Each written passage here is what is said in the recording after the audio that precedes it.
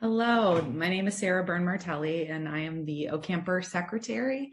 And I'm so happy to welcome you all to this presentation, which is called Treating Children and Adolescents During the Pandemic by Dr. Lila Amirali. And so she can introduce herself more, but briefly, I'll just say she's a child and adolescent psychiatrist, and she's the chief of the Department of Psychiatry at CHU Sainte-Justine and associate professor at the University of Montreal. And she obtained her Master's of Management from McGill in 2014. She works in the inpatient service and in the research center of Sainte-Justine. She's also chair of the Child and Adolescent Specialty Committee of the Royal College of Physicians and Surgeons of Canada and the vice chair of the Canadian Academy of Child and Adolescent Psychiatry. She's also the president of the Association of Child and Adolescent Psychiatrists of Quebec. So with that, welcome, Dr. Amirali. Thank you, Sarah. Thank you very much for the kind introduction. I would like to first say that I'm actually quite upset that I'm not there in Phoenix with all of you, where it is nice and warm, and especially because I'm missing the fellowship, which is so important for all of us, especially now during the time of COVID. I had, in terms of disclosures, I don't have any conflict of interest to declare about this presentation. And I had prepared this workshop as actually more interactive, and I'll try to do my best with those of you who are present to see if we can have a discussion, so feel free. And if there is anyone that is on the chat, feel free to ask your questions or your comments on the chat. I'm more interested in the comments and the interaction, but we'll try to do our best under the COVID circumstances. So in terms of my objectives, I would like to describe the effects of the COVID pandemic to the mental health of children and adolescents, describe the experience of caring for COVID positive children and adolescents who had to be hospitalized for psychiatric reasons, and finally, hopefully throughout, but finally share reflections and comments with you about some of these observations and how do we see them as Orthodox Christians in the church. First, if you don't mind, those of you who are present, if you would tell me, what is your line of work, and do you work with children, adolescents, or youth? And did your work change during the pandemic? Feel free to unmute yourself and please say a few words if you wish. And you can feel free to type into the chat too, this information. We'd love to see kind of what everyone's working on. Okay, I'll go first because I like interaction. I'm Nermeen Gorgi. I'm actually a family doctor in Toronto. Hi, fellow Canadian. Hi. And I do psychotherapy. Generally, I don't work with children, but because of the incredible demand, thanks to COVID, I do have two 16-year-olds that I am seeing for psychotherapy. I won't go younger than 16. I've been asked. I won't go younger than 16, but I have a bunch of 18-year-olds and a couple of 16-year-olds. And I can't remember what were the other questions, so stop here. Very, very interesting. Welcome to a fellow Canadian who understands how much envious we are of not being able to be in Phoenix today. Yep. And I think that I will bring up some issues about, the treatment during the presentation, and feel free at that point to, if you want, lift your hand or something, I can stop and we can discuss a little further, because that would be very interesting. I don't have very much on therapy today because I didn't know what the interest would be, but I would be very happy to discuss it during our time here today. Thank you. Thank you, Nermeen. Anybody else would be interested in presenting or saying something about themselves? I'm trying to navigate all the buttons. I'm Carly Frederick, and I am a pediatric nurse practitioner and a psychiatric nurse practitioner. And when we were talking about COVID fatigue, yep. And have seen a lot of an increase. Of course, we're in a crisis. We talked about that, Lila, a little bit before we started. I know you're going to talk about it, so I'm looking forward to hear more from you. Thank you very much. Thank you, Carly. And I'm sure that what I will present in terms of data may not be new to you, but it will be fun to share some of the experiences, and I'm looking forward to it. So I guess I will continue, and feel free to, if you prefer to write a comment, if it is easier or whatever, and Sarah can let us know. So the impact of the pandemic is, on different levels. And I would like to discuss briefly 3 different levels. One that has to do with psychiatric services and access to mental health care for children and adolescents. Another one, which is about the transformation of services and practices and how we had to change our ways to respond to the pandemic. And finally, more general comments about mental health and COVID-19. So here it is, Carly, what you were talking about, the declaration of a national emergency of pediatric groups over children's mental health from the American Academy of Pediatrics, the American Academy of Child and Adolescent Psychiatry, and the Children's Hospital Association, urging lawmakers in a statement, it was actually published on the Hill, to act swiftly to address this crisis. And, the words are quite serious. Children's mental health is suffering. Young people have endured so much throughout this pandemic. And while much of the attention is often placed on the physical health consequences, we cannot overlook the escalating mental health crisis facing our patients.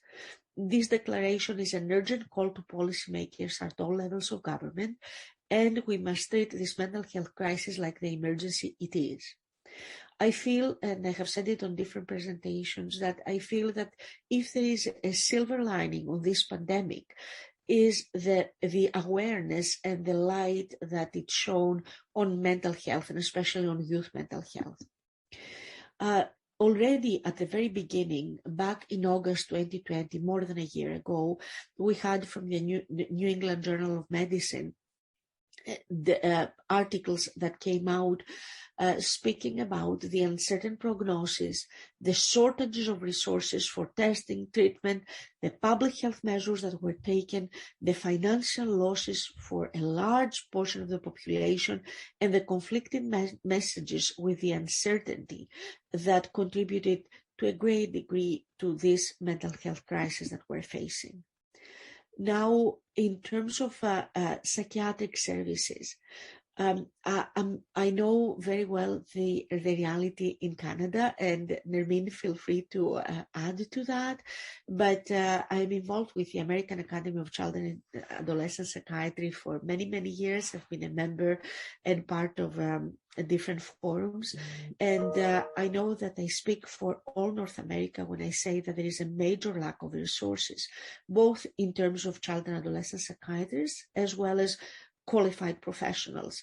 I'm glad, and I don't know how many qualified nurse practitioners there are in the United States. For us here in Canada, it is a new, actually this year, we have the second graduating class in Quebec of nurse practitioners. So it is new, but they are not enough. There is no way that we have enough. There is a youth protection system which is overburdened, and readaptation system which is also overburdened. And services for autism and developmental disabilities are actually also overburdened. The other issue is that there are great disparities in the distribution of resources, especially in terms of mental health and of youth mental health. And there is a lack of support to vulnerable populations. In terms of after-school care, crisis services, all these really vary from area to area. And another chronic issue is the multiple silos and the coordination that is lacking, the collaboration and the lack of continuity in the community. So the COVID pandemic came, and we faced issues on multiple levels. In terms of individuals, there was right away a level of insecurity, confusion, emotional isolation, stigma. There were the community issues, major economic loss, work and job security, closures of all kinds of activities, inadequate resources for care, responses that were complicated, deficient distribution of equipment and of even of vaccines, even of appropriate measures. And then we have multiple factors to consider when we're looking at children and adolescents. There's a developmental level. The impact of COVID was very different for young children, different for adolescents and young adults. Then there are the temperamental and personality traits that actually play a very important role. Not all of us react the same way to crisis.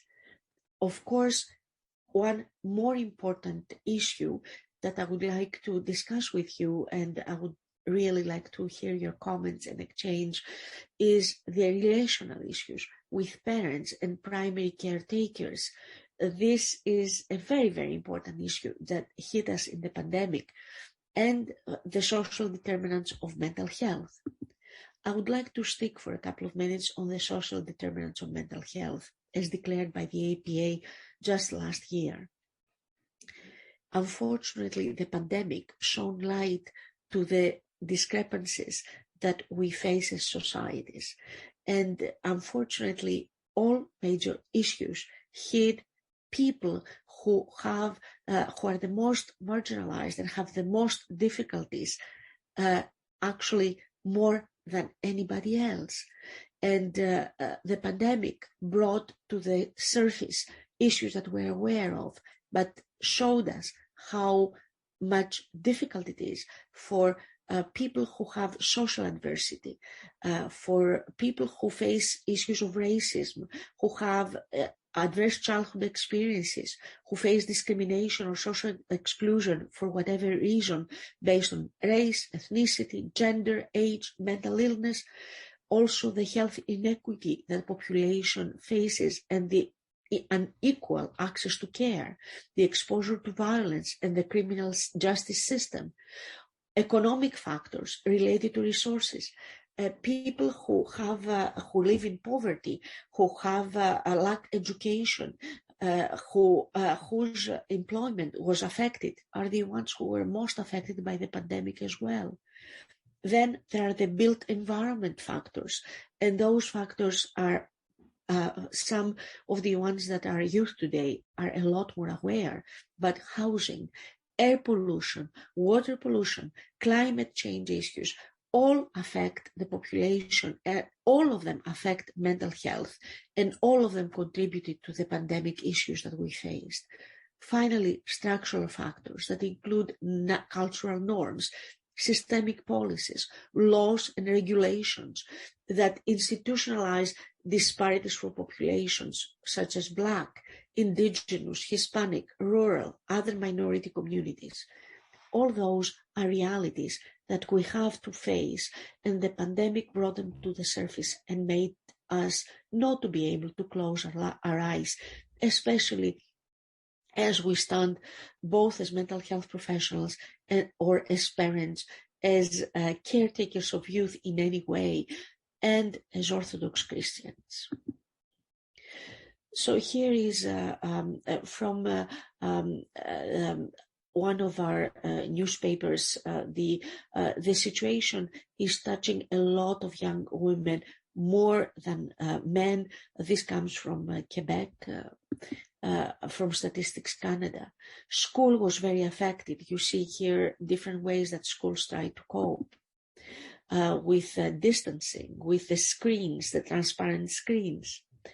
And this that I found, actually, this is a real picture from a university in Japan, a school of management, where, as you can see, the iPad is replacing the face of the student who is receiving their diploma, their degree, in distance, and only the faculty at the back is attending. From the very beginning of the pandemic, we became aware of the effect of COVID-19 on youth mental health. You see here, in Nature, an article that came out in April already with Chinese data. And then from the JAMA Pediatrics, also from China, the effect on children in home confinement in terms of their mental health. So we know, and we knew from the very beginning of the pandemic, that certain factors, such as closures of kindergartens and schools, the fact that we were obliged to limit social contacts, the fact that leisure activities outside the house had to close, and the concerns about self-help, family, and friends, all of these were issues that were affecting the mental health of our children. And what were some of the problems that we saw from the very beginning? There were issues about anxiety, symptoms of anxiety, symptoms of depression, symptoms of post-traumatic stress disorder, maltreatment, abuse, domestic violence. In terms of parents and what happens to parents, well, the job loss, extremely important. The unemployment rates. In Montreal, we're very famous for our multiple restaurants and our, cuisine that is multi-ethnic and from all over the world. Well, many restaurants close. And when one restaurant closes, it is not only the owner or the family. Many families leave from one restaurant. The unemployment rate was extremely high during the pandemic. And the financial difficulties have only started. The social isolation was also extremely difficult. And the loss of external support by other family members, or the social system, the support system that each one would have, was not accessible. Many parents, including many of our colleagues and the people that we're working with who have young children or even grandchildren, had to school them at home because the equipment that was necessary for the homeschooling was not as abundant in one household that has more than one or two or three children. So at the same time, parents struggling to work as they homeschool their children in the same household faced extreme distress. And those are some of the consequences of the changes that happened during the pandemic. There are many articles, and I present you some of them here, that talk about the challenges of caregiving and the caregiving burden in terms of mental health and how it impacted the parent-child relationship. The child maltreatment and the domestic violence were also increased during the pandemic, and this has not stopped yet. We still see the results and the effects. I would like you to notice this study, and I'm going to try and move our here so you can see better. I would like you to notice on household adult layoff, this from the Journal of Pediatrics. It affects right away parental negative mood very significantly. But you see, and it has an effect on parents' quality of sleep and on uncooperative behavior and worries of the child. But it is at the limit of significance. But look at the household income loss. Not only affects negatively parents' mood, not only affects parents' sleep, but it also affects child's behavior. When we go to increased caregiving burden and how the parent feels during that time, we see right away that it actually affects not only the parent's mood, not only the parent's sleep, but it affects greatly the child's uncooperative behavior and the worry of the child. Finally, member of the household falling sick affects the parental negative mood, the parental negative sleep, the quality and the behavior of the child, and the worries of the child. So this is a major consequence. And many children and adolescents fall into that category. As you know, during the pandemic, international rates of child and adolescent psychological disorders doubled in the first year of the pandemic. An estimated 1 in 4 youth across various regions of the globe experienced clinically elevated depression symptoms, while 1 in 5, 20%, experienced clinically elevated anxiety symptoms. This is a result of a huge meta-analysis of 29 studies where prevalence rates were higher when collected later in the pandemic, more recently, in older adolescents and in girls. And we see in this meta-analysis, we have more than 80,000 young people worldwide, aged 18 or less. And we see that the estimates of clinically elevated youth depression are up to 25% as compared to 11% in large youth cohorts before the pandemic, for depression as compared to 12.9%, and for anxiety, they are up to 20% as compared to 11.6%. So doubled both anxiety and depression post-pandemic. Here you see one of those pictures that I found very intrusive, trying to clean the daycare in a Jewish daycare in New York, the military helping to do that. So I'm coming a little bit in our experience at CHU, which stands for Centre Hospitalier Universitaire, University Hospital Center of Sainte-Justine, where I work as the chief of psychiatry. It is the largest mother-child center in Canada and one of the 4 most important pediatric centers in America. It was designated from the very beginning as a COVID-19 center, and we received all the patients, the positive patients for the first wave from the entire region. Since the beginning of pandemic. We were the only hospital that actually designated a psychiatric inpatient services unit to COVID positive patients. In order to serve, we had to split our personnel, psychiatric personnel, to a non-COVID and to a COVID unit psychiatric patients.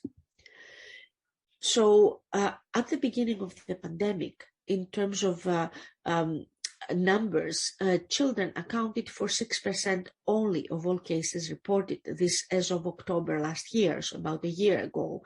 And the main manifestations were mostly mild with very, very low mortality. In our hospital, we have a psychiatric unit with 12 beds, which are split in 8 rooms. So we have a couple of rooms that have 2 beds. And we have specialized staff, both nursing, psychoeducators, psychologists, social worker, and child psychiatrists. During the first wave, the COVID positive psychiatric patients that we received were mostly children and adolescents who were living in a residential environment. So we have many autism spectrum disorders with psychiatric comorbidity. We had children with genetic issues such as 22q deletion, of which the vast majority would be in the spectrum, in the autistic spectrum, and 1 in 4 will develop schizophrenia across their lifespan. We had children with adolescents with borderline personality disorder, many with relational problems, suicidal ideation or suicide attempts who were COVID positive, Down syndrome, and ADHD. This is not exactly the same prevalence that we see in our regular non-COVID unit. All of these children presented medical complications, and all of them had significant risks in terms of aggression, self-mutilation, agitation, physical deterioration because of their immobility. In terms of reorganization, we had to cohort not only our patients, but also our physicians, our professionals, our nursing, because none of us could work during the same 24 hours return to the cold unit from the hot COVID unit. So we had to cohort all the shifts and everybody. We had to ensure security and how we could run a code white, how we could have a secure and safe environment with all the personal protective equipment. We had to respect the guidelines and protect our personnel. At the same time, ensure proper medical monitoring and adapt all our psychosocial interventions in a way that we had never done before. Just to underline some of our statistics in terms of adolescents, you see here in red, this is anorexia nervosa and eating disorders, and you can see how the number of hospitalizations, of hospital visits increased significantly from March 2019 to March 2021.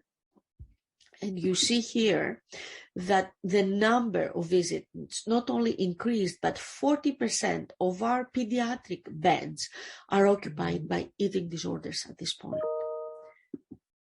So some of the issues that we had to face had to do with the social distancing, which increased which served both as predisposing, precipitating, perpetuating factor, and very, very rarely as a protective factor for psychiatric issues. We had to face in our unit, and when we were facing our patients, the absence of facial expression. We could not read the expression of our patients. We had to ask our orthophonists, our speech therapists, to borrow and use the same type of facial masks that allow, they're transparent and allow somebody to see the face of, allow the child to see our face in order to communicate better with them. We had to leave them, our patients, without a mask because they could not tolerate it. Many of them had serious problems and they could not tolerate the mask. They would not understand some of them that were nonverbal. Unfortunately, we couldn't touch them. So we were deprived of the communication that we exercise with children that are often non-verbal or they cannot understand, and often we would use movements and communicate with them. Many of all our staff had to be dressed completely and fully covered at the beginning of the pandemic when there were no vaccines yet, and they would have to remain fully dressed and only change their mask every few hours, their facial mask, throughout their shift. And this was one of the very difficult factors that staff had to face. So the COVID fatigue was equally physical as well as mental. They had to intervene and try to appease, try to, contain, try to ensure the security of these patients, while each and every one of us was carrying all this protective equipment for the virus. So some of the issues, some of the psychosocial assessment also had to start including a lot of issues around COVID. We would have to explore all related stressors around exposure to any source, infected family members, loss of loved ones, physical distancing within families, that they could not visit each other. We had to explore secondary adversities and economic financial loss, psychosocial effects of depression, anxiety, psychosomatic preoccupations, insomnia, the increased substance use that we saw in adults very often was an issue and often was the precursor of domestic violence that had to be explored explicitly for every adolescent and every youth that we saw, and also indicators of vulnerability. So in many levels, we had to change our approach. I have a couple of cases to discuss that we could discuss now or later, but I would like to just briefly give you an example of one of the girls that we had admitted very early on during the pandemic. I'll name her Melissa. She was a 16-year-old girl who was living in a residential setting in youth protection, who was admitted for suicidal ideation and severe self-mutilation and anxiety. And she was COVID positive, so she had to be admitted to a COVID positive unit. She also initially had mild fever and respiratory distress, fatigue and nausea, but they were not severe enough to qualify for pediatric setting. Melissa felt comfortable in the isolation of her hospital room, but initially the most important issue that we had for her was to engage her on any kind of psychiatric intervention or psychotherapeutic intervention. She actually found that she preferred to be isolated and not talk to anybody. She had the blinds in her room closed. She preferred not to have light, and she would rather stay just absorbed in trying to watch TV, which was something to which she did not have access in her residence. And we normally don't have access in our psychiatric unit, but these beds were in another part of the hospital that was actually the unit, the hot COVID psychiatric unit.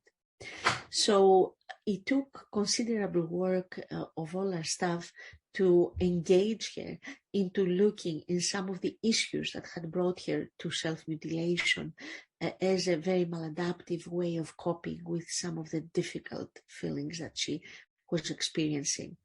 We introduced DBT skills, and we tried to work with her to help her face her traumatic experiences.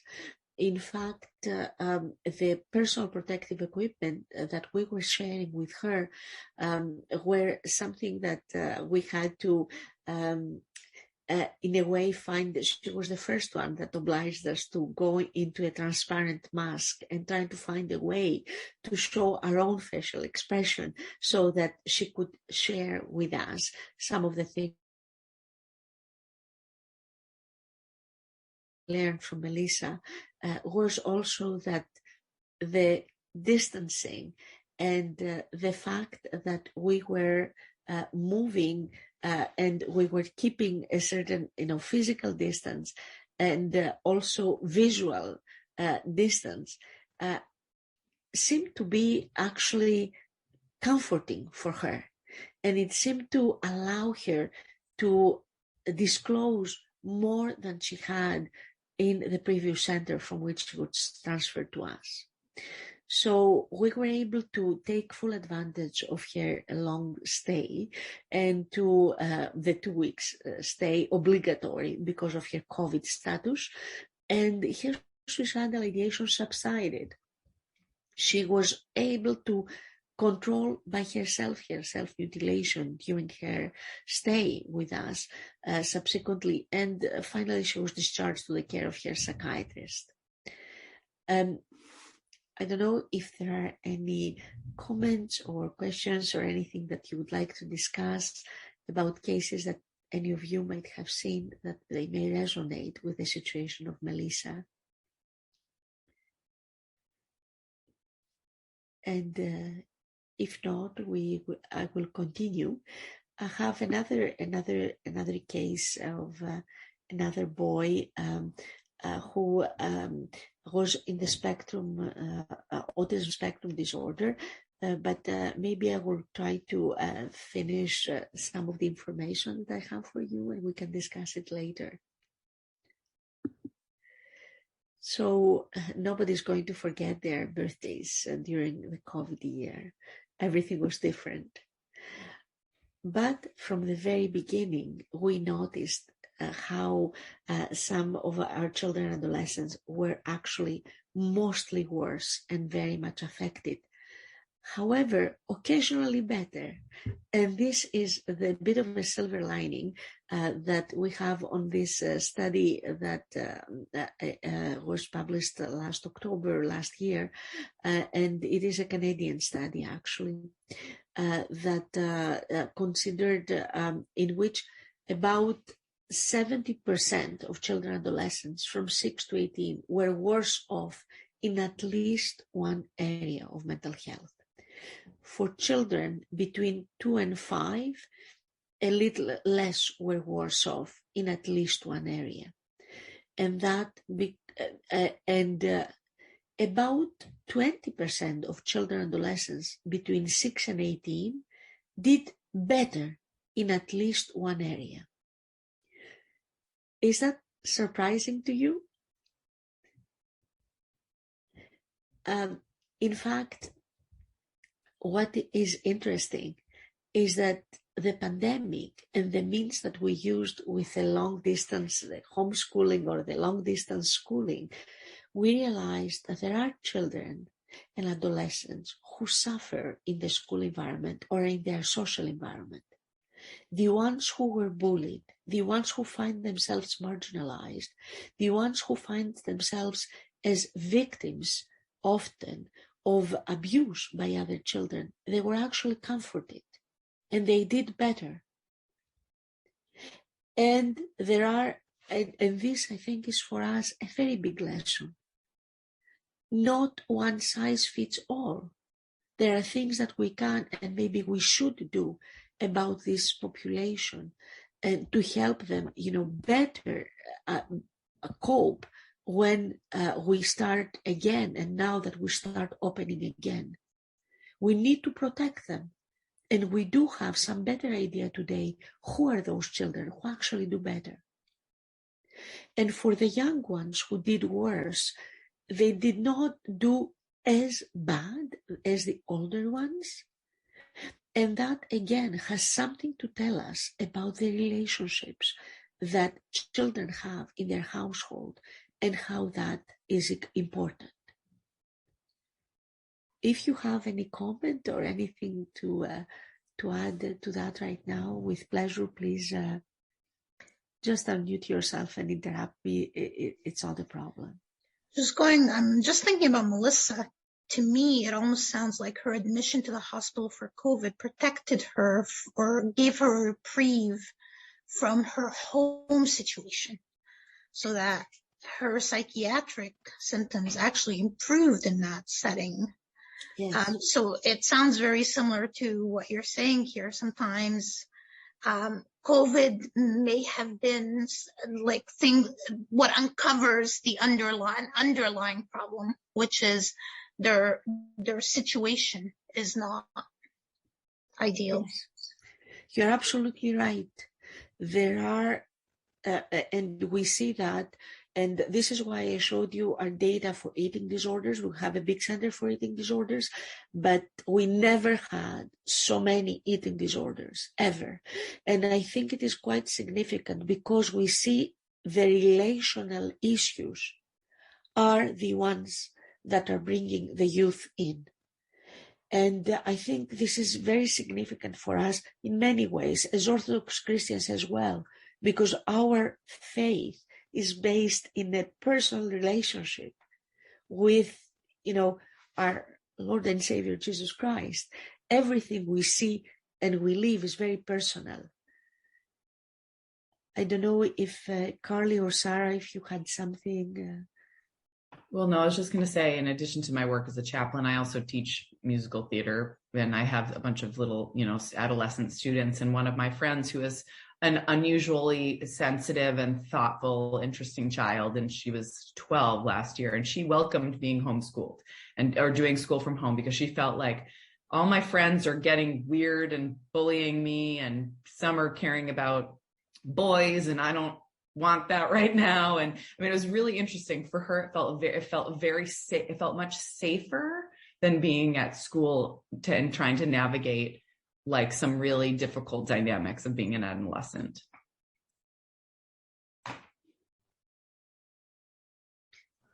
I also saw, Lila, the kids in my practice who really struggle in public school found a reprieve. They all went back in the fall or in August this year, and so the reprieve for them is over. And I agree. We have to figure out a way to identify these children and set up systems for them. Parents can't stay home, and many parents can't stay home and homeschool. and we don't have the virtual school system prepared for children at home. But there has been a number of children who got a reprieve and then went back, and we're seeing a resurgence in, school avoidance and phobias and panic attacks and insomnia. And we're seeing it come back. Yeah, I think it is very, very significant, and we have to do better than that, because if, countries that have the means don't do it, who is going to do it? I mean, we understand these issues, we have them, we bring them on the surface. I guess I have like multiple papers and then presentations on that particular issue, because I feel very strongly about that. We have to do something. We know it is not working, and it is not going to change unless we all press together and we push, our governments, and we ask that they look after children and adolescents. They are our future.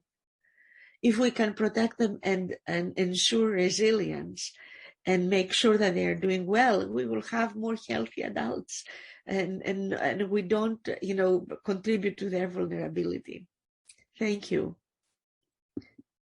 So I have here, a survey of the American Psychiatric Association, like the very serious impact on mental health, which went up about to 64 or something percent from 37%. That was, the issues about mental health. And 53% of adults with children under the age of 18 were concerned about their children's mental health. Almost half of them said that the pandemic had caused mental health problems for one or more of their children. 1/4, 26% of parents reported having sought or currently seeking professional mental health help for their children due to the pandemic. And a lot of them reported having difficulty scheduling appointments. Again, the accessibility in the system, because suddenly everybody is overwhelmed and there is not enough. Now, more than 2/3 of children and adolescents have experienced a deterioration in their mental health. Deterioration of depression was higher in children 10 to 12, the very sensitive age of transition, the pre-adolescent years. What Sarah, you said earlier, like this phase where some of them move into the puberty and adolescence very quickly, and others naturally are not as quickly. And this is a difficult time. Deterioration in anxiety and irritability, higher in 6 to 9, where the insecurities, they are related to the home environment and what is happening. Dad's lost his job, mom's lost her job. Financially we're not doing well. They're overburdened. The anxiety, the irritability, the anxiety which transforms to difficult behaviors. ADHD, hyperactivity, obsessions and compulsions higher among adolescents, 13 to 18, who suddenly are cooped up. And believe me, one of the most challenging cases I had during the pandemic was an adolescent with OCD, severe OCD, and fear of contamination, whom we had to treat with exposure on the ward, while all of us, we were completely covered from our heads to our toes with personal protective equipment, and we were trying to convince him to touch the garbage can because germs are not that dangerous, but COVID is. So you can imagine, the sort of the scenarios that we had there. Very difficult because it sort of comes to touch all our vulnerabilities. For preschoolers, it was less likely to experience deterioration because for them the change was not as radical. They were already in an environment in which more or less did not change very much. Their distress came from the distress of the family. Hence, the resilience of the family, the presence of the family, and something that in big cities everywhere in the world, but I think especially in North America, we face a lot, there is the absence of the nuclear family and the sort of the enlarged family. There are no grandparents around. There are no uncles and aunts and cousins to sort of stabilize the environment. We're very much, nuclear families. One person is absent. You lose all this sort of security net that should be around. So school-age children definitely were mostly impacted by the pandemic. And the greatest stress was related to social isolation. Back to the symptoms of the eating disorders, when these adolescents who already had problems with their parents, and these parents who already had problems with their adolescents, around control issues, around relational issues. How do they negotiate how much freedom you let somebody have, and how you let them go, and how much you keep them? This obviously deteriorated because during the pandemic there was no other safety areas where you could go. If they were from morning till night in the same place and in the same space, sharing in space in which there is already conflict, of course it got worse. Of course, the only area in which an adolescent is going to exercise their control is going to be what they can put in their mouth or not. So in general, we had symptoms of social anxiety, learning disability, and everybody who was more vulnerable in social interactions, kids with ASD, with autism spectrum disorder who are high functioning, they did a lot better. However, irritability on somebody with ADHD or ASD who was used to get out, to play sports, to have plenty of activities, all this was lost. So those are the kids that did worse. So their response is actually based on individual rather than diagnostic differences when we go on one-to-one. And we need effective interventions to mitigate the escalation of symptoms and prevent further distress. And this is where I think that also as Orthodox Christians, we have a role to play, because in this we are in the relational level. We have a deep understanding. And we have an understanding of the family that can actually be very protective. This is our latest statistics from Quebec that shows you that, in fact, in terms of COVID, this is the 0 to 9 right now. This statistic is from Quebec, the COVID victims, so the new cases, as of 2 weeks ago. So you see that under 9, 23.5% are under 9 of the new COVID cases, and 15.3% are between 10 and 19. So more than 35, close to 40% of the new COVID positive cases are actually under 19. So no wonder, we have the ones who get sick are younger right now. And what do we want to have learned from this pandemic? We want for these babies not to have to wear, a transparent mask. We want a better future for our children. And the pandemic will go away, will finish. Maybe not as soon as we wish, for sure not as soon as we wish it to, but it will finish, it will be over. It taught us that, there are a lot of things we can do with telehealth. There is a lot of things that we can do in distance, which may be more healthy and more helpful for our patients. There is therapy we can do in distance. There is, follow-up for medication that we can do, but there are things that we cannot do in distance. And the physical consequences will go away to a certain extent as we discover more and more, but there will be mental health consequences that we have to make sure to minimize. So at this point, I would like to, open, if you want to, open your microphones and discuss together, the role of the school, the role of the family, the role of the church. how do we help our children and our youth to face what is left of the pandemic, the consequences that the pandemic has left for them, and where do we go from here? And I have only a few couple of, proposals after that. And, but I would like to very much, share with you and hear your opinion. I will see if I can open the chat to have it on the screen as well. So you can probably see my screen. But feel free. You can see your slides still. Do you want to leave them up?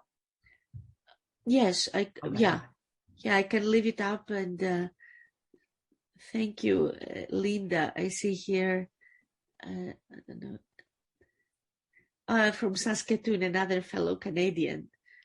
Can you see the message? Okay.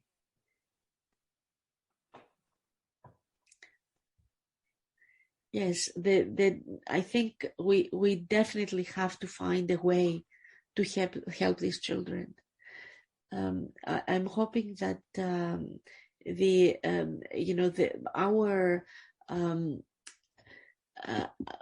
in our system we have done we have put forward recommendations to our Minister of Education to see how and what could work. Because I think the work that teachers did and everybody did during this pandemic was quite amazing. People worked extremely hard to make sure that we would offer the best. In fact, I will show you some of the measures that we had proposed, supporting the use of public transit, the practice of walking and cycling, increase safe accessibility to parks and green spaces as much as possible. I have to admit that it would have worked better in Phoenix than it worked in Montreal because of the weather, but we did our best under the circumstances. And trying to disseminate information on psychosocial support and everything that could be accessible with hotlines, with digital technologies. We had in my hospital, we put up on the Facebook, a page asking, that people could ask their questions if they had mental health questions. I know that other hospitals did something very similar. There are established peer support programs and self-support initiatives, and those are quite significant. I think they helped young students. Another major issue that we discovered, I was talking about telemedicine earlier. We saw again the social disparities. Families that didn't have access to any device, or families who didn't have access to internet. So yes, we can be available for therapy or for evaluation or for school, but if they don't have the means, what is happening? So we have to make sure that we do something about that. That there is nobody who does not have this access, or who does not have, it's a basic right to be educated. And of course, psychoeducation of children, adolescents, and families to make sure that we improve their social interactions, to maintain a consistent routine and structure. That were some of the resilience issues that we have seen, and there are also in the literature. Promote face-to-face, the schooling, especially for those for whom it is helpful. I leave the exceptions aside. Ensure access to mental health care. It also became very obvious for the ones who did not have access. The psychiatrist or the psychotherapist or the therapist, the physician might be available, but the family may not have access to that. Provide support and respite to parents, vaccination. Not everybody had access right away within different waves. And we know that depending, on the neighborhood, depending on the means, a lot of people react to vaccination. Some people don't don't feel or don't understand, or they're misinformed. All those are very important issues, and they are social issues, but they play on mental health. They have a major role for mental health. So at this point, I would say, how do we go forward?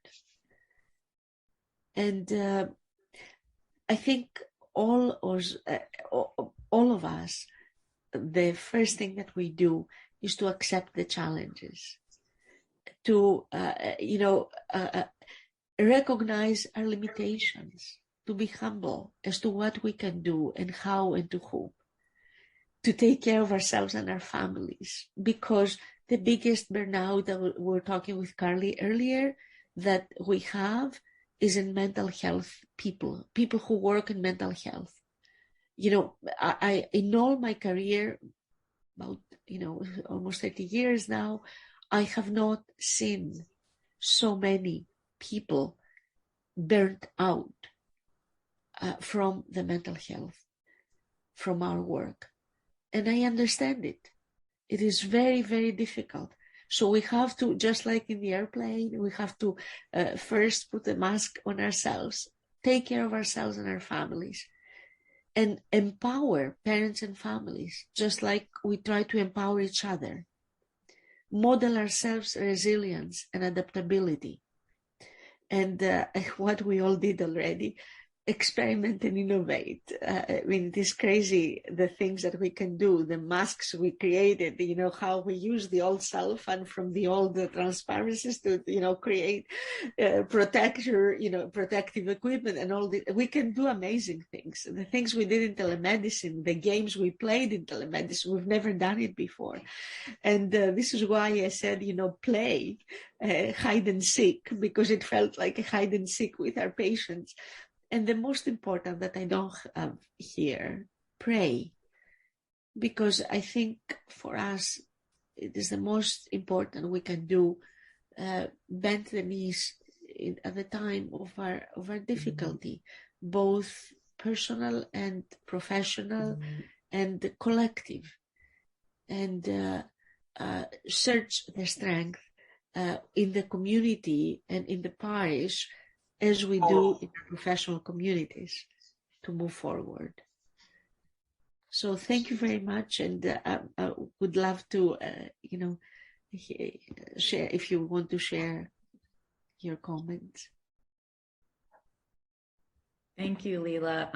Thank you so much for a wonderful presentation. So we just have like 2 minutes left, but I'm so thankful to know that there are people like you doing this work, and to know that there are wonderful people on this call and those that will see your presentation. So I just want to thank you. I mean, it's so funny. You said play as the other thing. I mean, so a year ago, last fall, we had outdoor masked, City of Somerville soccer. And it truly felt like it was like the only thing that was remotely normal for these 7-year-olds was to run around, and play soccer with masks, outside. So it was okay. But it was it truly felt like a sacred event every time we got together. And I know we all felt that way. And so just trying to be gentle with ourselves, I think it's just so important. And to try to do the fun, whatever fun things we can do, to try to do them as much as we can.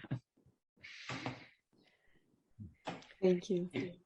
I see Mother Catherine wrote, her experience with new clients suffering in depression and anxiety tend not to factor in the COVID era stressors. And sorry, I spotlighted myself for a second. And they think it's just them. So this will help her further to normalize the distress. And Linda Funk said, thank you for all this and for ending on a positive, practical note. God bless you. Thank you very much. It was a pleasure to share with you today. Thank you.